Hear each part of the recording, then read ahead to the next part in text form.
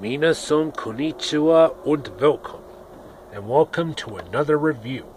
But this time, we're going to be taking a look at Hanna-Barbera's 1973 cel-shaded animated classic, Charlotte's Web.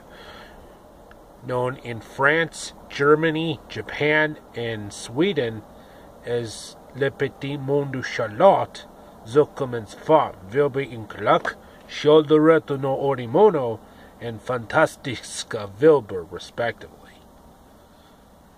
Without further ado, let's get started. It starts out with a narration, and then we see John Arable, voiced by John Stevenson, about to kill a little runt. But of course, Fern was smart enough to interfere. Thus, the little piglet's life has been spared.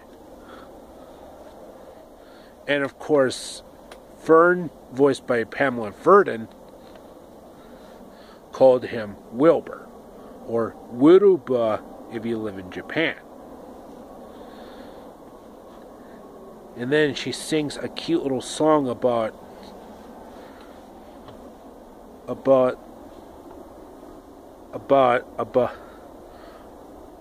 the affections of having a cute little piglet.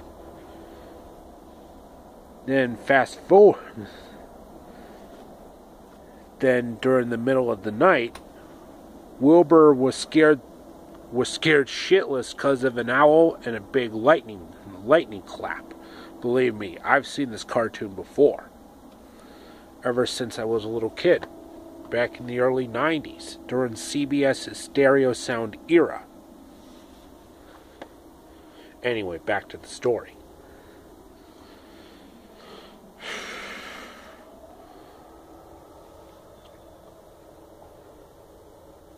Well, and of course, John Arable thought it was a burglar, but it turns out it was actually Wilbur, who actually got inside.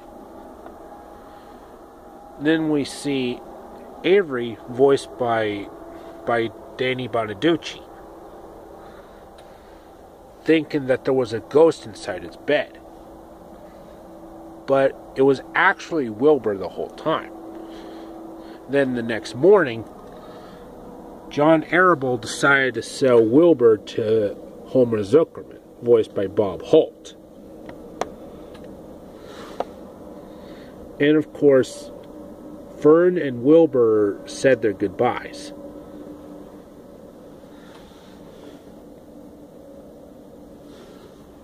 And then, later at the farm, the goose, voiced by Endora herself, Agnes Moorehead, teaches Wilbur how to talk. I can talk! I can talk! I can factually talk! Isn't it great that I articulate? Isn't it grand that you can understand? I don't honk, I don't oink, I don't even squeak or squawk. When I want to say a song, I open up and talk. I can talk, I can talk, I can talk. Why don't you keep it down? Ich blir tal. Then we see Lurvy, voiced by Herb Vergen, slop Wilbur, voiced by Henry Gibson, by the way. And then we see one of my comedic influences, Templeton, voiced by the late, great Paul Lynde.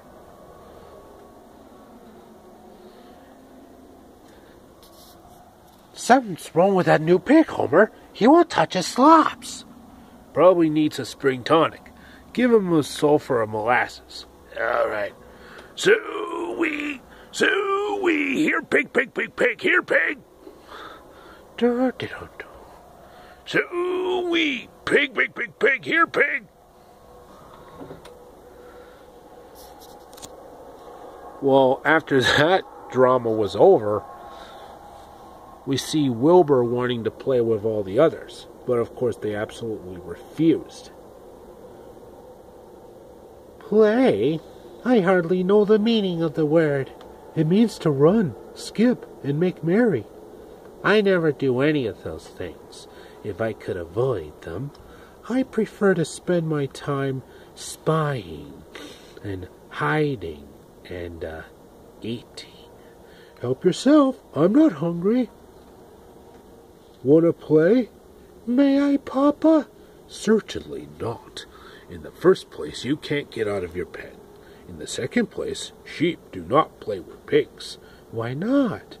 Oh, it's a matter of status. Sheep, for instance, are highly regarded by Zuckerman because we furnish him with good quality wool. With pigs, on the other hand, it's just a matter of time. Time till what? Till you're fat enough to kill. What did you just say? Oh, everybody knows it. In the fall, you'll be turned into smoked bacon and ham, just as soon as cold weather sets in. They'll kill you. Oh, Templeton, would you do something about Wilbur, please? And of course, Templeton bit Wilbur's tail off. Is it true what the old sheep says? Is that awful thing true? It's a dirty trick, but it's true. And of course, Wilbur didn't want to die. But then, for some reason, a sweet, innocent voice came along, which, of course, is Charlotte, voiced by the legendary Debbie Reynolds. And, of course, she sings the song Chin Up by the next morning.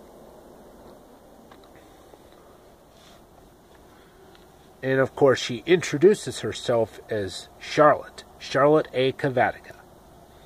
And, of course, she ends up eating insects, which, of course, grosses Wilbur out. And then, the next day, Fern shows up. Obviously, being quiet and friendly, as Rex Allen mentions in the scene.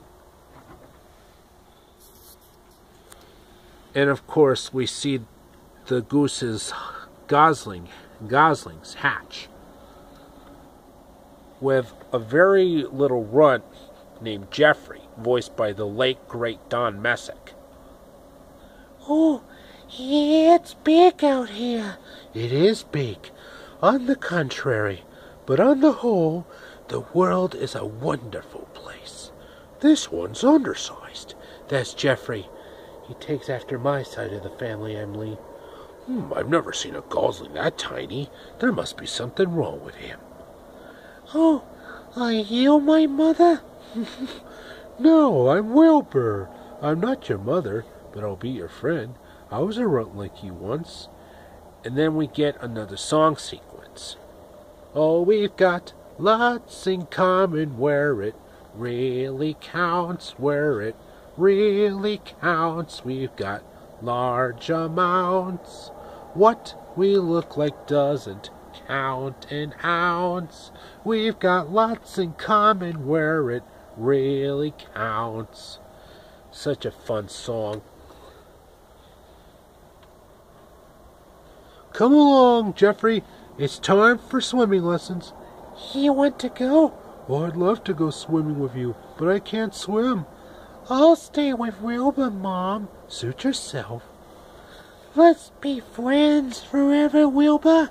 1, 2. And of course, Wilbur told Jeffrey the whole story about his life being in danger, and Charlotte is trying to find a way to save him. Can I help? We'll see. And then later during the night, Charlotte actually makes a fantastic web that says "some pig." And of course, Templeton came into the barnyard late into the night. What are you doing? Working? Why so late? I really want to finish this web before sunup. Go to sleep, Templeton. Good night, Charlotte. Good night, Templeton. And then Homer Zuckerman, Lurvy, and Zuckerman's wife Edith, voiced by Joan Gerber, obviously saw the web for themselves. And let me tell you, they were amazed as I was when I saw the brilliant animation by William Hanna and Joseph Barbera, with outstanding music by the Sherman Brothers. You know, Mary Poppins, The Jungle Book, The Aristocats, Chitty Chitty Bang Bang, etc. Anyway, back to the story. And of course, everyone in town and all over the world came to see the magnificent web that says some pig. Then fast forward a few minutes later, Charlotte works on another web that says terrific.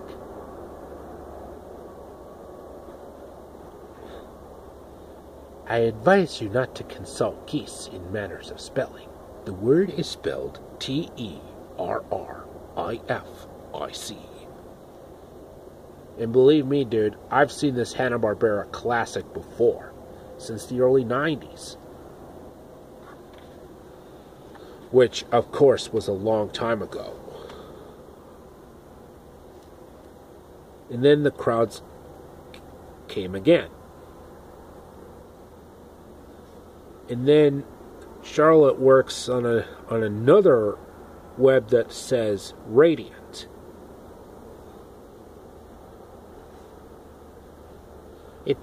With new radiant action.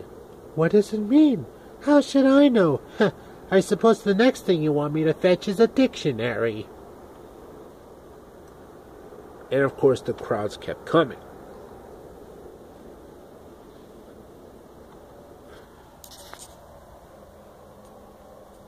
And then Homer Zuckerman decided to take his distinguished pig Wilbur to the county fair. What do you do at a fair, Wilbur? Well, you win a prize if you're the biggest and the best. You think we'll win? And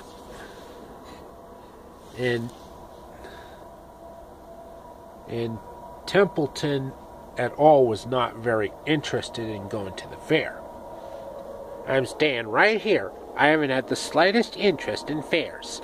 That's because you've never been to one. You could creep out late at night and find a fantastic banquet. And then the next song comes up. A fair is a veritable smorgasbord, orgasbord, after the crowds have ceased.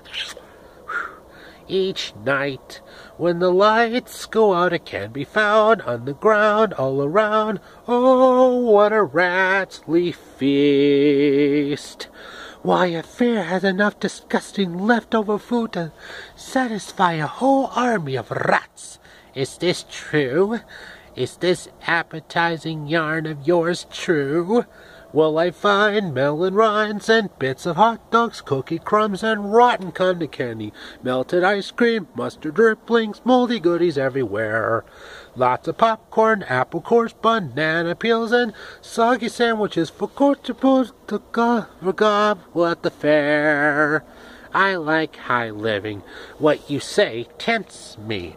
It's true. Go to the fair, Templeton. You will find out that it will surpass your wildest dreams. You mean tin cans with particles of tuna fish sticking to them, greasy paper bags stuffed with rotten eggs? Yup. True. That's enough. Don't tell me anymore. I'm going.